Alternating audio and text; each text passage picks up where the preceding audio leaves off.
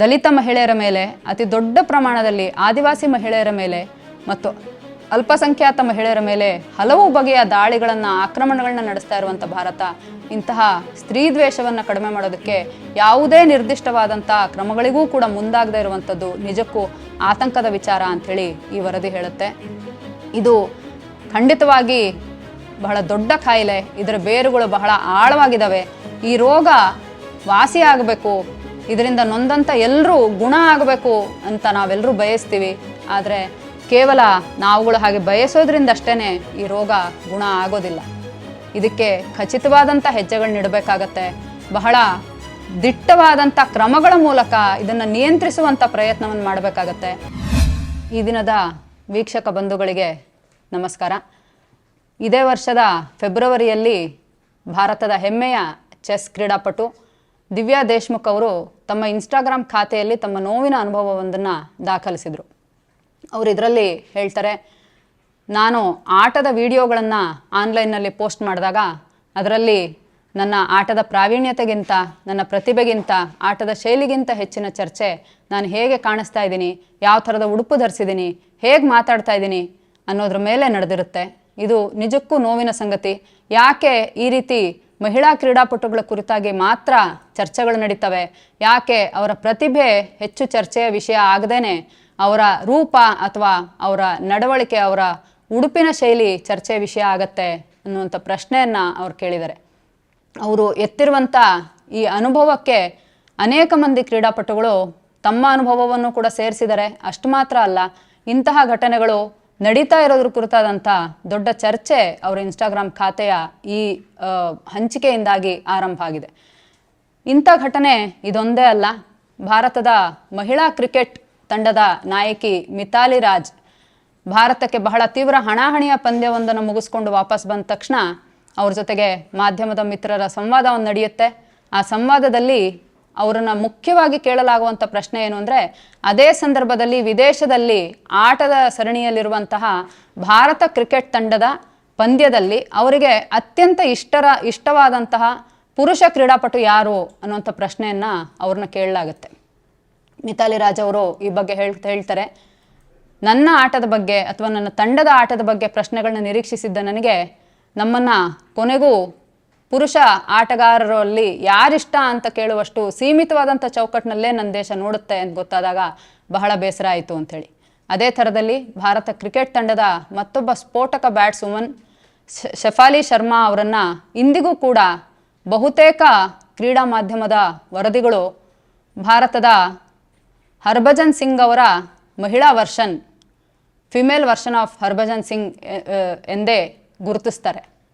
ಇದು ಬಹಳ ವಿಚಿತ್ರ ಅಂತ ಅನ್ಸಿದ್ರು ಕೂಡ ಪದೇ ಪದೇ ಮರುಕಳಿಸ್ತಾ ಇರುವಂತಹ ಘಟನೆಗಳ ಸರಣಿಗಳಲ್ಲಿ ಒಂದು.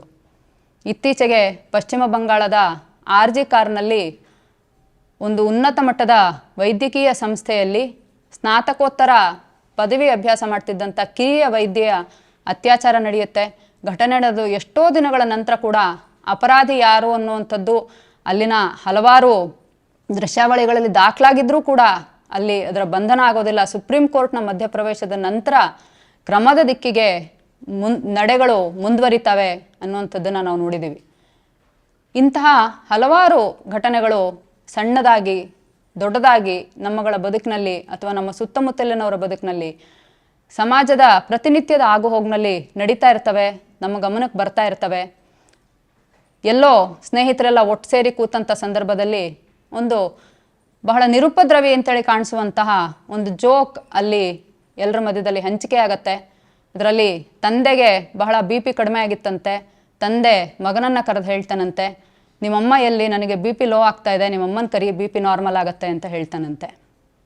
ಈ ಜೋಕ್ನಲ್ಲಿ ಅಪಾಯಕಾರಿಯಾಗಿದ್ದೇನಿದೆ ಅಂಥೇಳಿ ನಮಗನ್ನಿಸ್ಬಹುದು. ಅದೇ ರೀತಿ ಕಾಂಗ್ರೆಸ್ ನಾಯಕ ಅಧೀರ್ ರಂಜನ್ ಚೌಧರಿ ಅವರು ಒಂದು ಕಮೆಂಟನ್ನು ಮಾಡ್ತಾರೆ. ದ್ರೌಪದಿ ಮುರ್ಮು ಅವರು ರಾಷ್ಟ್ರಪತಿಯಾಗಿ ಆಯ್ಕೆಯಾದ ನಂತರದಲ್ಲಿ ತಮ್ಮ ಮಾತಿನ ಮಧ್ಯದಲ್ಲಿ ಅವರು ದ್ರೌಪದಿ ಮುರ್ಮು ಅವರನ್ನು ರಾಷ್ಟ್ರಪತ್ನಿ ಅಂಥೇಳಿ ಸಂಬೋಧಿಸ್ತಾರೆ. ಅದಾದ ನಂತರ ಬಹಳ ಸಲೀಸಾಗಿ ನಾನು ಅವರನ್ನು ಬಾಯಿ ತಪ್ಪಿನಿಂದಾಗಿ ರಾಷ್ಟ್ರಪತ್ನಿ ಅಂತ ಕರೆದೆ ಅನ್ನುವಂಥ ಸಲೀಸಾದ ಒಂದು ಹೇಳಿಕೆಯ ಮೂಲಕ, ಒಂದು ಬಹಳ ಬೇಕೋ ಬೇಡವೋ ಅನ್ನುವಂಥ ಅಪಾಲಜಿಯ ಮೂಲಕ ಇದನ್ನು ತಳ್ಳಿಹಾಕ್ತಾರೆ. ಅದು ಅದೇ ರೀತಿಯಲ್ಲಿ ಜನರ ನೆನಪಿನಿಂದ ಕೂಡ ಸರಿದು ಹೋಗುತ್ತೆ. ರಾಜಕಾರಣದಲ್ಲಿರುವಂತಹ ಮಹಿಳೆಯರನ್ನು ಕುರಿತಾದಂಥ ಇಂತಹ ದ್ವೇಷದ ಕಮೆಂಟ್ಗಳು ಸರಣಿಯೋಪಾದಿಯಲ್ಲಿ ಬರ್ತವೆ ಅನ್ನೋದನ್ನು ತೀರಾ ಇತ್ತೀಚೆಗೆ ನಡೆದಂಥ ಲೋಕಸಭಾ ಚುನಾವಣೆಯ ಸಂದರ್ಭದಲ್ಲೂ ಹೇಮಾ ಮಾಲಿನಿ, ಕಂಗನಾ ರನೌತ್, ಪ್ರಿಯಾಂಕಾ ವಾದ್ರಾ ಅವರು ಮತ್ತು ಮೊದಲಾದ ಇನ್ನೂ ಅನೇಕ ಮಂದಿ ಮಹಿಳಾ ರಾಜಕಾರಣಿಗಳ ಸಂದರ್ಭದಲ್ಲಿ ನಾವು ನೋಡಿದ್ದೀವಿ. ಬಹಳಷ್ಟು ಸುದೀರ್ಘ ಕಾಲ ಭಾರತ ಇಂಥ ಎಲ್ಲ ವಿಚಾರಗಳನ್ನು ಎದುರಿಸ್ತಾ ಬಂದಿದೆ, ಗಮನಿಸ್ತಾ ಬಂದಿದೆ. ಈ ಎಲ್ಲ ಪ್ರಕರಣಗಳ ಹಿಂದೆ ಏನಾದರೂ ಸಮಾನವಾದಂಥ ಒಂದು ಎಳೆಯನ್ನು ನಾವು ಗುರುತಿಸಬಹುದಾ ಅನ್ನೋದ್ರ ಬಗ್ಗೆ ಆಲೋಚನೆ ಮಾಡಬೇಕಾದಂಥ ಸಮಯ. ಸ್ನೇಹಿತರೆ, ಕೆಲವು ದಶಕಗಳ ಹಿಂದೆ ರಾಜಸ್ಥಾನದ ಭೌರಿ ದೇವಿಯವ್ರ ಮೇಲೆ ಆಕೆ ಆರೋಗ್ಯ ಸಹಾಯಕಿಯಾಗಿ ಕೆಲಸ ಮಾಡ್ತಾ ತನ್ನ ಕರ್ತವ್ಯ ನಿರ್ವಹಿಸ್ತಾ ಇದ್ದಂಥ ಸಂದರ್ಭದಲ್ಲಿ 9 ತಿಂಗಳ ಮಗುವಿನ ಬಾಲ್ಯ ವಿವಾಹವನ್ನು ತಡೆಯೋದಕ್ಕೆ ಪ್ರಯತ್ನಿಸ್ತಾ ಇದ್ದಂಥ ಸಂದರ್ಭದಲ್ಲಿ ಅವರ ಮೇಲೆ ಸಾಮೂಹಿಕ ಅತ್ಯಾಚಾರ ನಡೆಯುತ್ತೆ. ಅದೇ ಗ್ರಾಮದ ಮೇಲ್ಜಾತಿಯ ಠಾಕೂರ್ ವಂಶದವ್ರಿಗೆ ಸೇರಿದ ಕುಟುಂಬದ ಹಲವರು ಸಾಮೂಹಿಕ ಅತ್ಯಾಚಾರ ನಡೆಸಿದ ನಂತರ ಇದರ ಬಗ್ಗೆ ಬಂದಂಥ ತೀರ್ಪೊಂದರಲ್ಲಿ ಜಡ್ಜ್ ದಾಖಲಿಸ್ತಾರೆ, ಆಕೆ ಮೇಲೆ ಆ ಸಮುದಾಯ ಅತ್ಯಾಚಾರ ಮಾಡಲಿಕ್ಕೆ ಸಾಧ್ಯನೇ ಇಲ್ಲ, ಯಾಕೆಂದರೆ ಆಕೆಯ ಸಮುದಾಯದವರನ್ನು ಮುಟ್ಟಿಸ್ಕೊಳ್ಳೋದನ್ನು ಕೂಡ ಮಾಡದೇ ಇರುವಂಥವರು ಆಕೆಯನ್ನು ಹೇಗೆ ಅತ್ಯಾಚಾರ ಮಾಡಲಿಕ್ಕೆ ಸಾಧ್ಯ ಅನ್ನುವಂಥ ಪ್ರಶ್ನೆಯನ್ನು ಉನ್ನತ ಸ್ಥಾನದಲ್ಲಿರುವಂಥವ್ರೊಬ್ಬರು ಕೇಳ್ತಾರೆ. ಅದೇ ಥರದಲ್ಲಿ 2012ನೇ ಇಸ್ವಿಯಲ್ಲಿ ದೆಹಲಿಯ ನಿರ್ಭಯ ಪ್ರಕರಣದಲ್ಲಿ ಆಗ ಅಲ್ಲಿನ ಪೊಲೀಸ್ ವರಿಷ್ಠಾಧಿಕಾರಿಯಾಗಿದ್ದಂಥವರು ಪ್ರಶ್ನೆ ಮಾಡ್ತಾರೆ, 6 ಗಂಟೆ ನಂತರ ಹೆಣ್ಣುಮಕ್ಕಳು ತಮಗಿಷ್ಟ ಬಂದಂಗೆ ಹೊರಗಡೆ ಎಲ್ಲ ತಿರುಗಾಡಿದ್ರೆ ಅವರಿಗೆ ಯಾವ ರೀತಿ ರಕ್ಷಣೆ ಕೊಡಬೇಕು, ಪ್ರತಿಯೊಬ್ಬ ಹೆಣ್ಣುಮಗಳ ಹಿಂದೆ ಒಬ್ಬ ಪೊಲೀಸ್ ಪೇದೆನ ನಾವು ನಿಯೋಜನೆ ಮಾಡೋದಕ್ಕೆ ಸಾಧ್ಯನಾ ಅನ್ನುವಂಥ ಪ್ರಶ್ನೆನ ಅವ್ರು ಕೇಳ್ತಾರೆ. ಈ ಥರದ ಘಟನೆಗಳನ್ನ ಕೊನೆ ಮೊದಲಿಲ್ಲದಂತೆ ನಾವು ಉಲ್ಲೇಖಿಸ್ತಾ ಹೋಗ್ಲಿಕ್ಕೆ ಸಾಧ್ಯ. ಆದರೆ ಈ ಎಲ್ಲದನ್ನು ಗಮನಿಸಿದಾಗ ಇದರೆಲ್ಲದರಲ್ಲೂ ಇರುವಂಥ ಒಂದು ಸಮಾನವಾದಂಥ ಅಂಶ ಏನು, ಅದೇನು ಅಂತಂದರೆ ಹೆಣ್ಣು ಮಕ್ಕಳ ವಿರುದ್ಧದ ಮನಸ್ಥಿತಿ ಅನ್ನೋದು ನಮಗೆ ಸ್ಪಷ್ಟವಾಗಿ ಕಾಣಿಸುತ್ತೆ. ಅದು ಬಹಳ ಸರಳವಾಗಿ ಕಾಣುವಂತಹ, ಸಣ್ಣ ಪ್ರಮಾಣದಲ್ಲಿ ಮಹಿಳೆಯರನ್ನು ಲೇವಡಿ ಮಾಡ್ತಾ ಇದ್ದಾರೆ ಅಥವಾ ತಮಾಷೆ ಮಾಡ್ತಾ ಇದ್ದಾರೆ ಅಂತ ಕಾಣುವಂತಹ ನಿರುಪಾಯಕಾರಿ, ಇದರಿಂದ ಯಾವುದೇ ಅಪಾಯ ಆಗಲ್ಲ ಅಂಥೇಳಿ ನಾವು ಪರಿಭಾವಿಸಬಹುದಾದ ಜೋಕುಗಳಿಂದ ಆರಂಭಿಸಿ ಕೆಲಸದ ಸ್ಥಳದಲ್ಲಿ ಮಹಿಳೆಯರ ಸಾಮರ್ಥ್ಯವನ್ನು ಗುರುತಿಸದೇ ಇರೋದು, ಅವ್ರಿಗೆ ಸಿಗಬೇಕಾದಂತಹ ಮಾನ್ಯತೆಯನ್ನು ಅಥವಾ ಅದಕ್ಕೆ ಸಿಗಬೇಕಾದಂತಹ ಸಮಾನವಾದಂಥ ವೇತನ ಮತ್ತಿತ್ಯಾದಿ ಎಲ್ಲ ಸವಲತ್ತುಗಳನ್ನು ಕೊಡದೇ ಇರುವಂಥದ್ದು, ಕೆಲಸದ ಸ್ಥಳದಲ್ಲಿ ಮಹಿಳೆಯರ ಮೇಲೆ ನಡೆಯುವಂತಹ ಹಿಂಸೆಗಳನ್ನು, ವಿಶೇಷವಾಗಿ ಲೈಂಗಿಕ ಹಿಂಸಾಚಾರವನ್ನು ಬಹಳ ಸರಳವಾದಂಥ ಸಲೀಸಾದ ಸಂಗತಿ ಅಂಥೇಳಿ ಅದನ್ನು ಪಕ್ಕಕ್ಕೆ ತಳ್ಳುವಂಥದ್ದು, ಅದಕ್ಕೆ ಬೇಕಾದಂಥ ಸೂಕ್ತ ಕ್ರಮಗಳನ್ನು ಕೈಗೊಳ್ಳದೇ ಇರುವಂಥದ್ದು, ಮಹಿಳೆಯರು ಕೂಡ ಸಮಾಜದಲ್ಲಿ ಅಥವಾ ಕುಟುಂಬದೊಳಗಡೆ ಸಮಾನವಾದಂಥ ಸ್ಥಾನವನ್ನು ಹೊಂದಿರ್ತಾರೆ ಅನ್ನೋದನ್ನು ಒಪ್ಪದೇ ಇರುವಂಥದ್ದು, ತಮ್ಮ ಆಪ್ತ ಸಂಗಾತಿಗಳ ಮೇಲೆ ಮೌಖಿಕವಾಗಿ, ದೈಹಿಕವಾಗಿ ಅಥವಾ ಆರ್ಥಿಕವಾಗಿ, ಮಾನಸಿಕವಾಗಿ ಇತ್ಯಾದಿ ಯಾವುದೇ ರೂಪಗಳಲ್ಲಿ ದೌರ್ಜನ್ಯಗಳು ನಡೆಸೋದು, ಈ ರೀತಿ ಹಲವು ರೀತಿಗಳಲ್ಲಿ ಮಹಿಳೆಯರನ್ನು ಹೀಗಳೆಯುವ, ಕೇವಲ ಅಂಥೇಳಿ ಪರಿಭಾವಿಸುವ, ಅವರನ್ನು ಸರಕಿನ ರೀತಿಯಲ್ಲಿ ನೋಡುವ ಅಥವಾ ಕೊನೆಗೆ ಅವರ ಅಸ್ತಿತ್ವವನ್ನು ನಿರಾಕರಿಸ್ತಾ ಅವರನ್ನು ಕೊಲೆ ಮಾಡುವ, ಎಷ್ಟೋ ಬಾರಿ ಸಾಮೂಹಿಕವಾದಂಥ ಹತ್ಯಾಕಾಂಡಗಳನ್ನು ನಡೆಸುವಂಥ ಮಟ್ಟಕ್ಕೆ ಸ್ತ್ರೀದ್ವೇಷ ಹೋಗ್ಲಿಕ್ಕೆ ಸಾಧ್ಯ ಅನ್ನೋದಕ್ಕೆ ಸಾಕಷ್ಟು ಉದಾಹರಣೆಗಳು ನಮಗೆ ನಮ್ಮ ದೇಶದಲ್ಲೂ ಮತ್ತು ಹೊರದೇಶಗಳಲ್ಲೂ ಕೂಡ ಸಿಗ್ತವೆ. ಹಾಗಾಗಿನೇ ಇವತ್ತು ಭಾರತದಲ್ಲೂ ಪ್ರಪಂಚ ಮಟ್ಟದಲ್ಲೂ ಸ್ತ್ರೀದ್ವೇಷ ಅನ್ನುವಂಥದ್ದು ಅಥವಾ ಮಿಸೋಜಿನಿ ಅನ್ನುವಂಥದ್ದು ಬಹಳ ದೊಡ್ಡ ಚರ್ಚೆಯ ವಿಚಾರ ಆಗಿದೆ. ಮಹಿಳೆಯರ ಕುರಿತಾಗಿ ಅವರನ್ನು ಒಪ್ಪದಿರುವ, ಅವರನ್ನು ವಿರೋಧಿಸುವ ಅಥವಾ ಅವರನ್ನು ಹೀಗಳೆಯುವಂಥ ಮನಸ್ಥಿತಿನ ಸ್ತ್ರೀದ್ವೇಷ ಅಂತೇಳಿ ಕರೆದ ತಕ್ಷಣ ಇಷ್ಟು ದೊಡ್ಡ ಹೆಸರು ಯಾಕೆ ಕೊಡಬೇಕು ಇದಕ್ಕೆ? ಇದನ್ನು ಇಷ್ಟು ದೊಡ್ಡ ಒಂದು ಭಯಂಕರವಾದಂಥ ಪದದಿಂದ ಗುರುತಿಸ್ಬೇಕಾ? ಅಥವಾ ಮಹಿಳೆಯರು ಪುರುಷರ ಮೇಲೆ ಸಿಟ್ಟು ಮಾಡಿಕೊಂಡ್ರೆ, ಅವರನ್ನು ದ್ವೇಷಿಸಿದ್ರೆ, ಅವರು ವಿರುದ್ಧವಾದಂಥ ಮನಸ್ಥಿತಿ ಹೊಂದಿದ್ರೆ ಅದನ್ನು ಯಾಕೆ ದ್ವೇಷ ಅಂತ ಹೇಳಿ ಕರೆಯೋದಿಲ್ಲ? ಅದಕ್ಕೆ ಯಾಕೆ ದೊಡ್ಡ ದೊಡ್ಡ ಪದಗಳನ್ನು ಕೊಡೋದಿಲ್ಲ? ಈ ಥರದ ಹಲವಾರು ಬಗೆಯ ಚರ್ಚೆಗಳು, ಪ್ರಶ್ನೆಗಳು ನಮಗೆ ಎದುರಾಗ್ತವೆ. ಬಂಧುಗಳೇ, ಮಿಸೋಜಿನಿ ಅನ್ನುವಂಥದ್ದನ್ನು ಸಲೀಸಾಗಿ ಸಣ್ಣ ಪದದಿಂದ ಗುರುತಿಸೋದಕ್ಕೆ ಸಾಧ್ಯ ಇಲ್ಲ. ಯಾಕಂದರೆ ಇದರ ಪರಿಣಾಮಗಳು ಬಹಳ ಗಂಭೀರವಾದಂಥ ಸ್ವರೂಪದ್ದಾಗಿರ್ತವೆ ಮತ್ತು ಇದರ ಬೇರುಗಳು ಬಹಳವೇ ಆಳವಾಗಿ, ಬಹಳ ಬಲವಾಗಿ ನಮ್ಮ ಸಮಾಜದೊಳಗಡೆ, ನಮ್ಮ ಮನಸ್ಸಿನೊಳಗಡೆ, ನಮ್ಮ ಕುಟುಂಬದೊಳಗಡೆ, ನಮ್ಮ ಇಡೀ ವ್ಯವಸ್ಥೆ ಒಳಗಡೆ ಹುದುಗಿಕೊಂಡಿದ್ದಾವೆ. ಆ ಕಾರಣದಿಂದ ಸ್ತ್ರೀದ್ವೇಷವನ್ನು ನಾವು ಸ್ತ್ರೀದ್ವೇಷ ಅಂತಲೇ ಕರಿಬೇಕು ಮತ್ತು ಆ ರೀತಿಯಲ್ಲಿ ಅದನ್ನು ಗಂಭೀರವಾಗಿ ಗುರುತಿಸಿದಾಗ ಮಾತ್ರವೇ ಅದರ ವಿರುದ್ಧವಾದ ನಿಜವಾದಂತಹ ಆಲೋಚನೆ, ಅದರ ವಿರುದ್ಧವಾದ ನಿಜವಾದಂಥ ಕ್ರಿಯಾಶೀಲತೆ ಆರಂಭ ಆಗೋದಕ್ಕೆ ಸಾಧ್ಯ. ಒಬ್ಬರನ್ನೊಬ್ಬರನ್ನ ದ್ವೇಷಿಸೋದೆಲ್ಲವೂ ಕೂಡ ಒಂದು ವ್ಯವಸ್ಥೆಯಾಗಿ ಪರಿವರ್ತನೆ ಆಗೋದಿಲ್ಲ.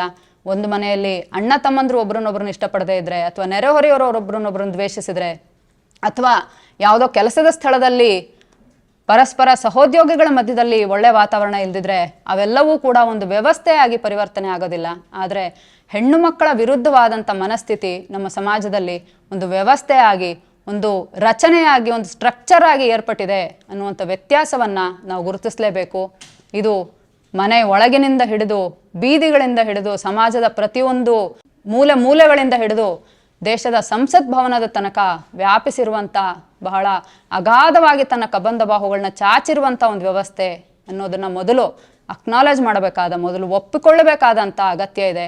ಅಲ್ಲಿಂದ ಮುಂದಕ್ಕೆ ಅದನ್ನು ಬದಲಾಯಿಸೋದು ಹೇಗೆ ಅನ್ನುವಂಥ ಚರ್ಚೆಯನ್ನಾದರೂ ನಾವು ಆರಂಭ ಮಾಡಲಿಕ್ಕೆ ಸಾಧ್ಯ ಆಗಬಹುದು. ಆ ಕಾರಣದಿಂದನೇ ವಿಶ್ವಸಂಸ್ಥೆ ನವೆಂಬರ್ 25ನೇ ತಾರೀಕಿನಿಂದ ಹಿಡಿದು ಡಿಸೆಂಬರ್ 10ರವರೆಗಿನ 16 ದಿನಗಳನ್ನು ಮಹಿಳೆಯರ ಮೇಲಿನ ಹಿಂಸೆಯ ವಿರುದ್ಧದ ಕ್ರಿಯಾಶೀಲತೆಯ ದಿನಗಳು ಅಂಥೇಳಿ ಘೋಷಿಸಿ ಅದನ್ನು ಆಚರಿಸಬೇಕು ಅಂಥೇಳಿ ಪ್ರತಿಯೊಬ್ಬರಿಗೂ ಕರೆ ಕೊಟ್ಟಿರುವಂಥ ಸಂದರ್ಭದೊಳಗಡೆ ಇವತ್ತು ನಮ್ಮ ದೇಶದಲ್ಲಿ ಸ್ತ್ರೀ ದ್ವೇಷ ಅನ್ನುವಂಥದ್ದು, ಮಿಸೋಜಿನಿ ಅನ್ನುವಂಥದ್ದು ಹೇಗೆ ಗಾಢವಾಗಿ ಎಲ್ಲ ಆಯಾಮಗಳನ್ನು ವ್ಯಾಪಿಸ್ಕೊಂಡಿದೆ ಅನ್ನೋದ್ರ ಕುರಿತಾದಂಥ ಮಾತುಕತೆಯನ್ನು ನಾವು ನಡೆಸಲೇಬೇಕಾದಂಥ ಅನಿವಾರ್ಯತೆ ಇದೆ. ಕೇವಲ ಹೇಗೆ ವ್ಯಾಪಿಸ್ಕೊಂಡಿದೆ ಅನ್ನೋದು ಮಾತ್ರ ಅಲ್ಲ, ಇದರಿಂದ ಹೊರಬರೋದಕ್ಕೆ, ಇದನ್ನು ಬದಲಾಯಿಸೋದಕ್ಕೆ ಇರುವಂಥ ಮಾರ್ಗೋಪಾಯಗಳೇನು ಅನ್ನೋದನ್ನು ಕೂಡ ನಾವು ಚರ್ಚಿಸಬೇಕು. ದ ಗ್ರೇಟ್ ಇಂಡಿಯನ್ ಕಿಚನ್ ಅನ್ನುವ ಒಂದು ಮಲಯಾಳಂ ಸಿನಿಮಾದಲ್ಲಿ ಹೇಗೆ ಅಡಿಗೆ ಮನೆಗಳು ಒಂದು ಕಾಲದ ಅರೆ ಬೆಳಕಿನ ಇಡುಕಿರಿದ ಅಡಿಗೆ ಮನೆಗಳಾಗಿದ್ದ ಕಾಲದಿಂದ ಇವತ್ತಿನ ಮಾಡರ್ನ್ ಓಪನ್ ಕಿಚನ್ನಿನ ಕಾನ್ಸೆಪ್ಟ್ ತನಕ ತಲುಪಿದ್ರೂ ಕೂಡ ಅಡಿಗೆ ಮನೆ ಒಳಗಿನ ಪಾತ್ರಗಳಲ್ಲಿ ಬದಲಾವಣೆ ಆಗಿಲ್ಲ ಅನ್ನೋ ವಿಚಾರವನ್ನು ಸಮಗ್ರವಾಗಿ ಚರ್ಚೆ ಮಾಡುತ್ತೆ. ಅದರ ನಿರ್ದೇಶಕರಾದಂಥ ಜೋಯ್ ಬೇಬಿ ಅವರು 2015ರಲ್ಲಿ ತಾನು ಮದುವೆ ಆದ ನಂತರ ಲಿಂಗ ಸಮಾನತೆಯಲ್ಲಿ ನಂಬಿಕೆ ಹೊಂದಿರುವಂಥ ತಾನು ಅಡಿಗೆ ಮನೆಯ ಜವಾಬ್ದಾರಿಗಳನ್ನು ಕೂಡ ಹಂಚ್ಕೊಳ್ಳೋದಕ್ಕೆ ಪ್ರಯತ್ನ ಪಡ್ತಾ ಹೋದ ಹಾಗೆ ಹೇಗೆ ಅಡಿಗೆ ಮನೆ ಅನ್ನುವಂಥದ್ದು ಪ್ರತಿದಿನ ಮಾಡ್ತಾನೇ ಹೋಗುವ, ಯಾವತ್ತೂ ಮುಗಿಯದಿರುವಂತಹ, ಎಂದೆಂದೂ ಕೊನೆಯನ್ನೇ ಮುಟ್ಟದಿರುವಂತಹ ಒಂದು ರೊಟೀನ್ ಆಗಿ ಪರಿವರ್ತನೆ ಆಗತ್ತೆ ಅಡಿಗೆ ಮನೆಯ ಕೆಲಸ ಅನ್ನೋದನ್ನು ಹೇಳ್ತಾ, ಇದರಿಂದ ಹೊರಗೆ ಬರಬೇಕು ಅನ್ನುವಂಥ ಒಂದು ಅದಮ್ಯವಾದಂಥ ತುಡಿತ ನನ್ನೊಳಗಡೆ ಉಂಟಾಯಿತು. ಅಡಿಗೆ ಮನೆ ನನಗೆ ಉಸಿರು ಕಟ್ಟಿಸ್ತಾ ಇದೆ ಅಂತೇಳಿ ಅನ್ಸೋಕ್ಕೆ ಶುರು ಆಯಿತು. ಹಾಗಾದರೆ ಎಷ್ಟೋ ವರ್ಷಗಳಿಂದ ಅದನ್ನೇ ಪ್ರತಿದಿನದ ತಮ್ಮ ಬದುಕನ್ನಾಗಿ ಬದುಕ್ತಾ ಇರುವಂಥ, ಮನೆಯ ಒಳಗೂ ಮನೆಯ ಹೊರಗೂ ಈ ಎಲ್ಲ ಹೊರೆಯನ್ನು ಹೊತ್ತುಕೊಂಡು ಇದರ ಆಚೆಗೆ ತಮಗೊಂದು ಬದುಕಿದೆ ಅನ್ನೋದನ್ನೇ ಎಂದು ಊಹಿಸ್ಕೊಳ್ಳದೇ ಇರುವಂತಹ ದೊಡ್ಡದೊಂದು ಮಹಿಳಾ ಕುಲ ಇವತ್ತು ಕೂಡ ನಮ್ಮ ದೇಶದಲ್ಲಿದೆ. ಅವರ ಅನುಭವ ಹೇಗಿರಬಹುದು ಅನ್ನುವಂಥದ್ದನ್ನು ನೋಡಬೇಕು, ಅವರ ಕಣ್ಣಿನಿಂದ ನೋಡಬೇಕು ಅನ್ನುವಂಥ ಆಸಕ್ತಿ ಉಂಟಾಗಿದ್ದರಿಂದ ತಾನು ಈ ಸಿನಿಮಾ ಮಾಡಿದೆ ಅಂತ ಹೇಳ್ತಾರೆ. ಆ ಸಿನಿಮಾದ ಕುರಿತಾದ ಮಾತುಕತೆಯಲ್ಲಿ BBC ಜೊತೆಗೆ ಕೇರಳದ ಒಂದು ಕಾಲೇಜಿನ ಪ್ರಾಧ್ಯಾಪಕಿಯಾಗಿರುವಂಥ ಕ್ಲಿಂಟಾ ಅವರು ಮಾತಾಡ್ತಾ ಒಂದು ಉಲ್ಲೇಖವನ್ನು ಮಾಡ್ತಾರೆ. ನಾವು ಪ್ರಗತಿಪರತೆಯ ಚಪ್ಪಲಿಯನ್ನು, ಲಿಂಗ ಸಮಾನತೆಯ ಚಪ್ಪಲಿಯನ್ನು ಧರಿಸಿಕೊಂಡು ಹೊರಗಡೆ ತಿರುಗಾಡ್ತೇವೆ ಮತ್ತು ಮನೆಯೊಳಗೆ ಹೋಗುವಾಗ ಅವುಗಳನ್ನು ಬಾಗಿಲಿನಲ್ಲಿ ಬಿಟ್ಟು ಒಳಕ್ಕೆ ಹೋಗ್ತೇವೆ ಅಂತ.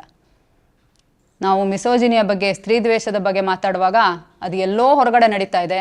ಯಾರೋ ಪತ್ರಕರ್ತರು ಯಾರೋ ಆಟಗಾರ್ತಿಯನ್ನು ಕೇಳಿದ ಪ್ರಶ್ನೆ ಒಳಗಡೆ ಅದಿದೆ, ಅಥವಾ ಇನ್ನೆಲ್ಲೋ ನಡೀತಿರುವಂಥ ಅತ್ಯಾಚಾರದ ಘಟನೆ ಒಳಗೆ ಎಲ್ಲೋ ಉತ್ತರ ಪ್ರದೇಶದ ಹತ್ರಾಸ್ನಲ್ಲಿ 19 ವರ್ಷದ ದಲಿತ ಯುವತಿಯ ಮೇಲೆ ನಡೆದು ಎಂದೂ ಯಾರ ಗಮನಕ್ಕೂ ಬರದೇ ಇರುವಂಥ ರೀತಿಯಲ್ಲಿ ಕಣ್ಮರೆಯಾದಂಥ ಅತ್ಯಾಚಾರ ಪ್ರಕರಣದೊಳಗೆ, ಅಥವಾ ಎಲ್ಲೋ ಅಲ್ಪಸಂಖ್ಯಾತ ಸಮುದಾಯದ ಹೆಣ್ಣು ಮಕ್ಕಳು ಆನ್ಲೈನ್ ಪ್ಲಾಟ್ಫಾರ್ಮ್ಗಳಲ್ಲಿ ತಮ್ಮ ಅಭಿಪ್ರಾಯಗಳನ್ನು ಅಭಿವ್ಯಕ್ತಿಸೋದಕ್ಕೆ ಶುರುವಾದ ತಕ್ಷಣದಲ್ಲೇ ಕಂಡುಬರುವಂತಹ ಸುಲ್ಲಿ ಡೀಲ್ಸ್ ಅಥವಾ ಬುಲ್ಲಿ ಬಾಯ್ಸ್ ಅನ್ನುವಂತಹ ಆಕ್ರಮಣಕಾರಿಯಾದಂಥ ಆ್ಯಪ್ಗಳ ಬಗ್ಗೆ ಚರ್ಚೆ ಒಳಗಡೆ ಮಿಸೋಜಿನಿ ಅಡಗಿದೆ ಅಂಥೇಳಿ ಎಷ್ಟೋ ಸಲ ನಾವು ಭಾವಿಸ್ತೀವಿ.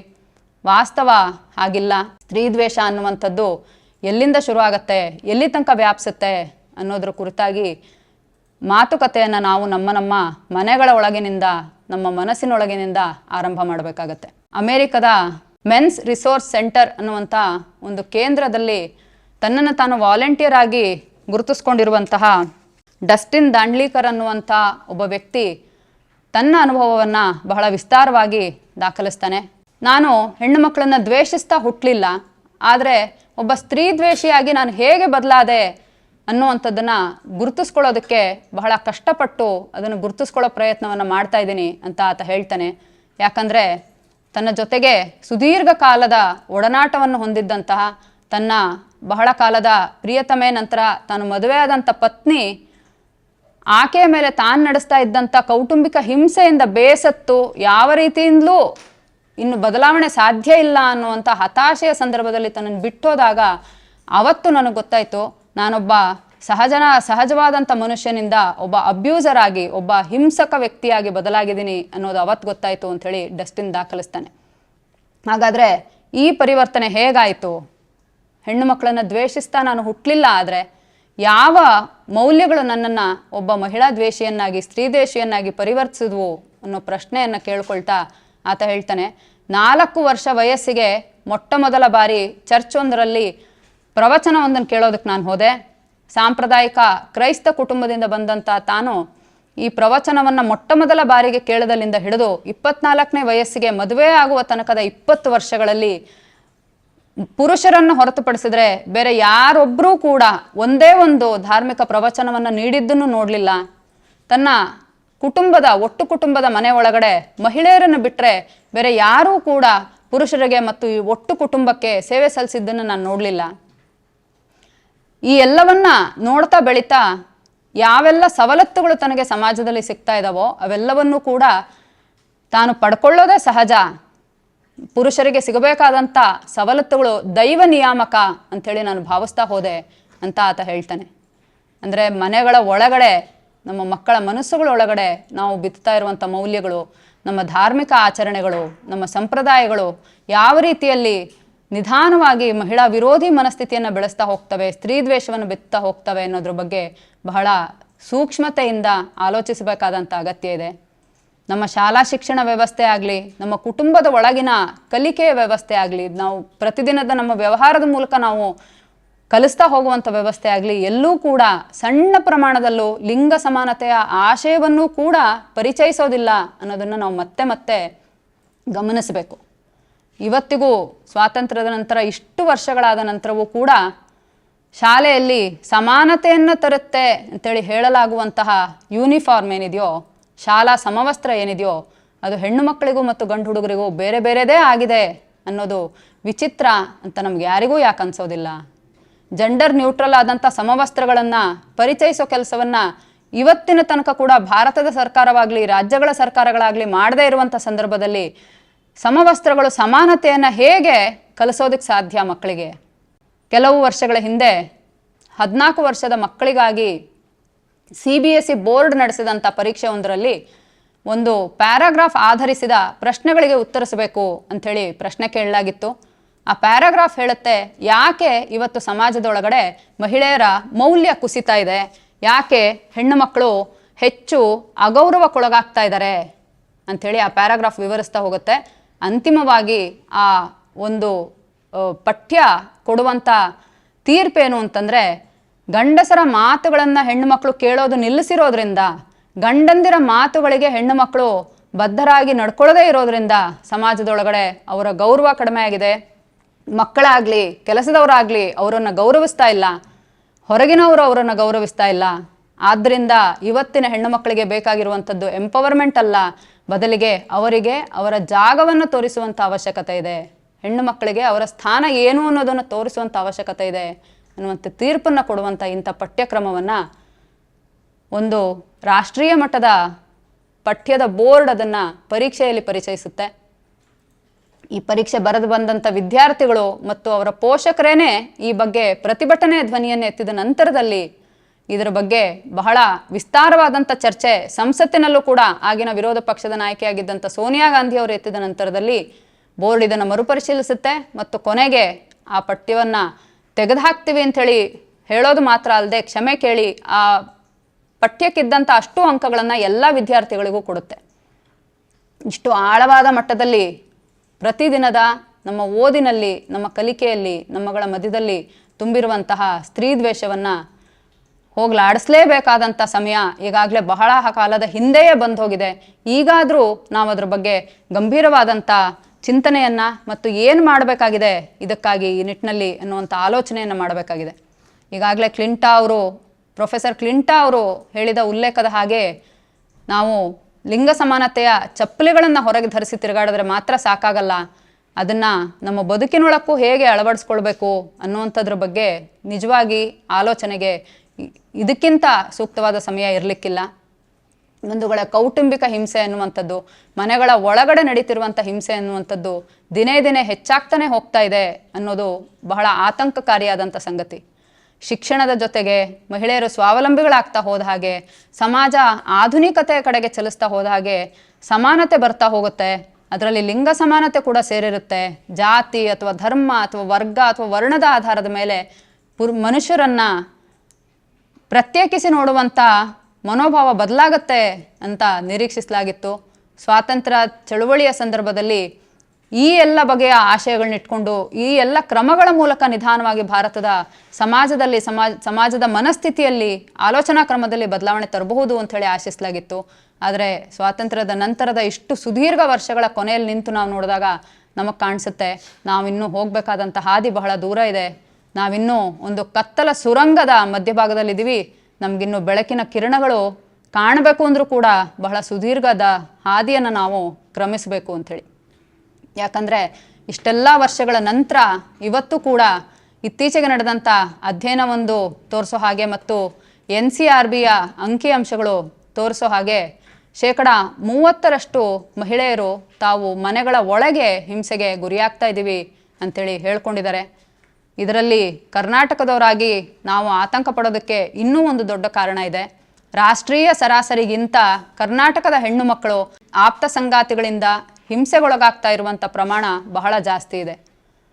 ಕರ್ನಾಟಕದ ಮಹಿಳೆಯರು ಮನೆಯ ಒಳಗಡೆ ಅಥವಾ ಆಪ್ತ ಬಾಂಧವ್ಯದ ಒಳಗಡೆ 48.4% ಪ್ರಮಾಣದಲ್ಲಿ ಹಿಂಸೆಗೊಳಗಾಗ್ತಾ ಇದ್ದೀವಿ ಅಂಥೇಳಿ ಹೇಳ್ಕೊಂಡಿದ್ದಾರೆ.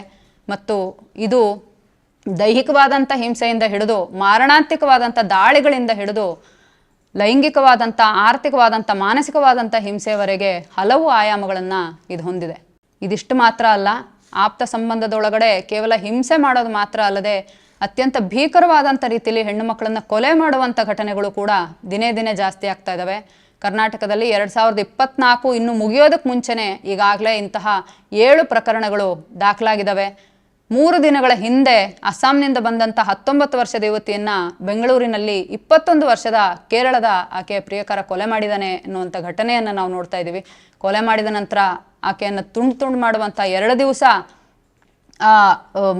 ಸತ್ತು ಹೋಗಿರುವಂಥ ಶವದ ಜೊತೆಯಲ್ಲೇ ಕಳೆಯುವಂತಹ ಬಹಳ ವಿಚಿತ್ರವಾದಂಥ ಒಂದು ಭೀಭತ್ಸವಾದಂಥ ಮನಸ್ಥಿತಿ ಕೂಡ ಬೆಳೀತಾ ಹೋಗ್ತಾ ಇದೆ. ಹಾಗಾಗಿ ಇವತ್ತು ಈ ಎಲ್ಲದರಿಂದ ನಾವೆಲ್ಲರೂ ಕೂಡ ಹೊರಗಡೆ ಬರಬೇಕಾದಂಥ, ನಾವೆಲ್ಲರೂ ಮನುಷ್ಯರಾಗಿ ಯೋಚನೆ ಮಾಡಬೇಕಾದಂಥ ಸಂದರ್ಭ ಇದೆ. ಮಹಿಳೆಯರನ್ನು ಈ ಥರದ ಹಿಂಸೆಯಿಂದ ರಕ್ಷಿಸಬೇಕು ನಿಜ, ಸ್ತ್ರೀ ದ್ವೇಷದಿಂದ ರಕ್ಷಿಸಬೇಕು ನಿಜ ಅಂಥೇಳಿ ನಾವು ಬಹಳಷ್ಟು ಯೋಚನೆ ಮಾಡುವಾಗ ಈ ರಕ್ಷಣೆ ಅಂದರೆ ಏನು ಮತ್ತು ಈ ರಕ್ಷಣೆ ಬೇಕಾಗಿರೋದು ಕೇವಲ ಮಹಿಳೆಯರಿಗೆ ಮಾತ್ರನಾ ಅನ್ನುವಂಥ ಮತ್ತೊಂದು ಪ್ರಶ್ನೆ ಕೂಡ ನಮಗೆ ಎದುರಾಗುತ್ತೆ. ಇದರಲ್ಲಿ ಸ್ತ್ರೀ ದ್ವೇಷದ ಬಗ್ಗೆ ಅಧ್ಯಯನ ನಡೆಸಿರುವಂತಹ ಅಮೇರಿಕ ಮೂಲದ ಅಸೋಸಿಯೇಷನ್ ಫಾರ್ ಸೈಕಲಾಜಿಕಲ್ ಸೈನ್ಸಸ್ ಅನ್ನುವಂಥ ಸಂಸ್ಥೆ ತನ್ನ ವರದಿಯಲ್ಲಿ ಹೇಳುತ್ತೆ, ಸ್ತ್ರೀ ದ್ವೇಷ 2 ರೀತಿಗಳಲ್ಲಿ ಕಾಣಲಿಕ್ಕೆ ಸಾಧ್ಯ. ಅದು ಬಹಳ ಆಕ್ರಮಣಕಾರಿಯಾಗಿ ಮಹಿಳೆಯರನ್ನು ಹಿಂದೆ ತಳ್ಳುವಂತಹ ಅಥವಾ ಅವರನ್ನು ಅವಕಾಶಗಳಿಂದ ವಂಚಿತರನ್ನಾಗಿಸುವಂಥ ಅಥವಾ ಅವರ ಪ್ರಾಣವನ್ನೇ ತೆಗೆಯುವಂಥ ಆಕ್ರಮಣಕಾರಿ ಅಪಾಯಕಾರಿ ರೀತಿಗಳಲ್ಲಿ ಕಾಣಲಿಕ್ಕೆ ಸಾಧ್ಯ. ಅದು ಮಾತ್ರವೇ ಅಲ್ಲ, ಬಹಳ ಪ್ರೀತಿ ಮತ್ತು ಕರುಣೆ ತುಂಬಿದ ರೀತಿಗಳಲ್ಲೂ ಕೂಡ ಮಹಿಳಾ ವಿರೋಧಿ ಮನಸ್ಥಿತಿ ಕಾಣಲಿಕ್ಕೆ ಸಾಧ್ಯ ಅಂಥೇಳಿ ಇದನ್ನು ಬೆನವೆಲೆಂಟ್ ಮಿಸೋಜಿನಿ ಅಂಥೇಳಿ ಕೂಡ ಕರಿಬೇಕು ಅನ್ನೋದನ್ನು ಅದು ಒತ್ತಿ ಹೇಳುತ್ತೆ. ಯಾಕಂದರೆ ಹೆಣ್ಣು ಮಕ್ಕಳನ್ನು ಪುರುಷರು ರಕ್ಷಿಸಬೇಕು, ಹೆಣ್ಣು ಮಕ್ಕಳನ್ನು ಕುಟುಂಬದ ಇನ್ನಿತರ ಸದಸ್ಯರು ರಕ್ಷಿಸಬೇಕು, ಸಮಾಜದಲ್ಲಿ ಹೆಣ್ಮಕ್ಳಿಗೆ ರಕ್ಷಣೆ ಕೊಡುವ ಕೆಲಸವನ್ನು ಇನ್ಯಾರೋ ಮಾಡಬೇಕು ಅನ್ನೋದನ್ನು ಪದೇ ಪದೇ ಹೇಳ್ತಾ ಅವರನ್ನು ರಕ್ಷಿಸ್ಲಿಕ್ಕಾಗಿ ನಾವು ಅವರನ್ನು ಕೆಲಸಕ್ಕೆ ಕಳಿಸೋದಿಲ್ಲ, ಬದಲಿಗೆ ಒಂದು ಒಳ್ಳೆಯ ಮನೆತನದ ಜೊತೆಗೆ ಹೆಣ್ಣು ಮಗುನ ಮದುವೆ ಮಾಡ್ತೀವಿ, ಅವರನ್ನು ರಕ್ಷಿಸ್ಲಿಕ್ಕಾಗಿ ನಾವು ಅವರನ್ನು ಬೇಗನೆ 18 ವರ್ಷ ತುಂಬಿದ ತಕ್ಷಣ ಮದುವೆ ಮಾಡ್ತೀವಿ, ಅಥವಾ ಅವ್ರನ್ನ ರಕ್ಷಿಸ್ಲಿಕ್ಕಾಗಿ ಸಂಜೆ 6 ಗಂಟೆ ಒಳಗಡೆ ಅವರು ಮನೆ ಸೇರೋ ಹಾಗೆ ಮಾಡ್ತೀವಿ ಎನ್ನುವಂತಹ ಬಗೆ ಬಗೆಯ ಚರ್ಚೆಗಳು ನಡೆಯುವಂಥ ಸಂದರ್ಭದಲ್ಲಿ ಮಹಿಳೆಯರ ಚಲನಶೀಲತೆಯನ್ನು, ಅವರ ಸ್ವಾತಂತ್ರ್ಯವನ್ನು ಮತ್ತು ಅವರ ಸ್ವಾಯತ್ತತೆಯನ್ನು ನಿರ್ಬಂಧಿಸೋದ್ರಿಂದ ಅಲ್ಲ ನಮಗೆ ಸ್ತ್ರೀದ್ವೇಷದಿಂದ ಮುಕ್ತಿ ಸಿಗೋದು. ಬದಲಿಗೆ ತಮ್ಮನ್ನು ತಾವು ರಕ್ಷಿಸ್ಕೊಳ್ಳಿಕ್ಕೆ ಅವರು ಸಮರ್ಥರು ಮತ್ತು ಅಂಥ ವಾತಾವರಣವನ್ನು ಸಮಾಜದಲ್ಲಿ ನಾವು ನಿರ್ಮಿಸ್ತೀವಿ ಅನ್ನೋದನ್ನ ಖಾತ್ರಿಪಡಿಸೋದ್ರಿಂದ ಮಾತ್ರ ಸಾಧ್ಯ. ಈ ವಿಚಾರವನ್ನು ನಾವು ಬಹಳ ವಿಸ್ತಾರವಾಗಿ ಎಲ್ಲರ ಮಧ್ಯೆ ಚರ್ಚೆಗೆ ತಗೊಂಡು ಹೋಗಬೇಕು ಅಂಥೇಳಿ ಈ ಸಂಸ್ಥೆ ಪದೇ ಪದೇ ಆಗ್ರಹಿಸುತ್ತೆ. ಹಾಗಿದ್ರೆ ರಕ್ಷಣೆ ಬೇಕಾಗಿರೋದು ಮಹಿಳೆಯರಿಗೆ ಮಾತ್ರನಾ ಅನ್ನೋ ಪ್ರಶ್ನೆಯನ್ನು ನಾವು ಮತ್ತೆ ಕೈಗೆತ್ಕೊಳ್ಬೇಕು.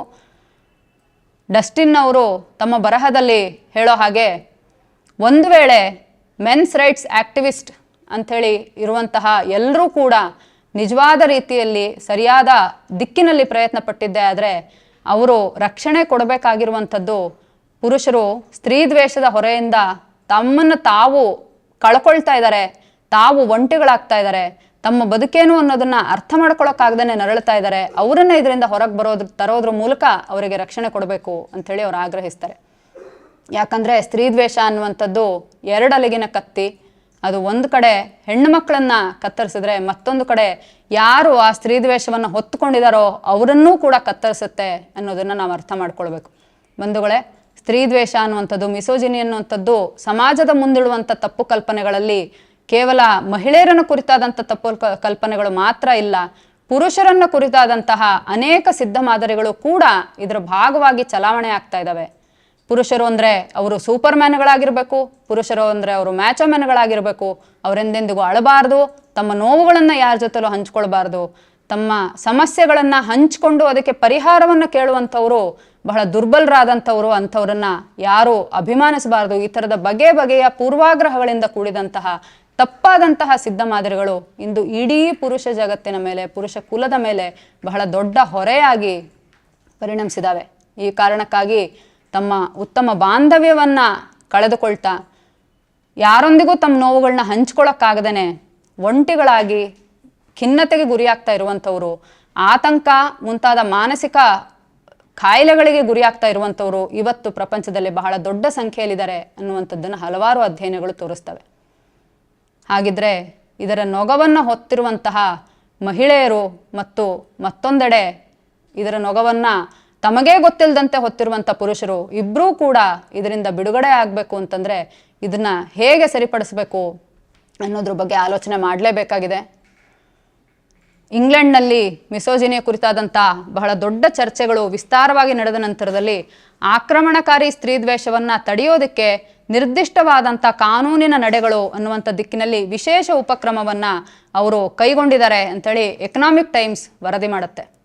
ಆದರೆ ಅದೇ ಎಕನಾಮಿಕ್ ಟೈಮ್ಸ್ ಹೇಳುತ್ತೆ, ಪ್ರಪಂಚದ ಅತ್ಯಾಚಾರಗಳ ರಾಜಧಾನಿ ಅಂಥೇಳಿ ಕರೆಸ್ಕೊಳ್ಳುವಂಥ ಸ್ಥಿತಿಯನ್ನು ತಲುಪ್ತಾ ಇರುವಂಥ ಭಾರತ ಪ್ರತಿ ವರ್ಷ ಹೆಚ್ಚು ಕಡಿಮೆ 30,000ಕ್ಕಿಂತ ಮೇಲ್ಪಟ್ಟು 50,000ದವರೆಗೂ ಅತ್ಯಾಚಾರ ಪ್ರಕರಣಗಳನ್ನು ದಾಖಲಿಸ್ತಾ ಇರುವಂಥ ಭಾರತ ದಲಿತ ಮಹಿಳೆಯರ ಮೇಲೆ, ಅತಿ ದೊಡ್ಡ ಪ್ರಮಾಣದಲ್ಲಿ ಆದಿವಾಸಿ ಮಹಿಳೆಯರ ಮೇಲೆ ಮತ್ತು ಅಲ್ಪಸಂಖ್ಯಾತ ಮಹಿಳೆಯರ ಮೇಲೆ ಹಲವು ಬಗೆಯ ದಾಳಿಗಳನ್ನು, ಆಕ್ರಮಣಗಳನ್ನ ನಡೆಸ್ತಾ ಇರುವಂಥ ಭಾರತ ಇಂತಹ ಸ್ತ್ರೀದ್ವೇಷವನ್ನು ಕಡಿಮೆ ಮಾಡೋದಕ್ಕೆ ಯಾವುದೇ ನಿರ್ದಿಷ್ಟವಾದಂಥ ಕ್ರಮಗಳಿಗೂ ಕೂಡ ಮುಂದಾಗದೇ ಇರುವಂಥದ್ದು ನಿಜಕ್ಕೂ ಆತಂಕದ ವಿಚಾರ ಅಂಥೇಳಿ ಈ ವರದಿ ಹೇಳುತ್ತೆ.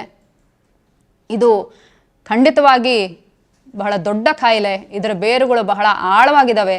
ಈ ರೋಗ ವಾಸಿಯಾಗಬೇಕು, ಇದರಿಂದ ನೊಂದಂಥ ಎಲ್ಲರೂ ಗುಣ ಆಗಬೇಕು ಅಂತ ನಾವೆಲ್ಲರೂ ಬಯಸ್ತೀವಿ. ಆದರೆ ಕೇವಲ ನಾವುಗಳು ಹಾಗೆ ಬಯಸೋದ್ರಿಂದ ಅಷ್ಟೇ ಈ ರೋಗ ಗುಣ ಆಗೋದಿಲ್ಲ. ಇದಕ್ಕೆ ಖಚಿತವಾದಂಥ ಹೆಜ್ಜೆಗಳನ್ನ ಇಡಬೇಕಾಗತ್ತೆ. ಬಹಳ ದಿಟ್ಟವಾದಂಥ ಕ್ರಮಗಳ ಮೂಲಕ ಇದನ್ನು ನಿಯಂತ್ರಿಸುವಂಥ ಪ್ರಯತ್ನವನ್ನು ಮಾಡಬೇಕಾಗತ್ತೆ.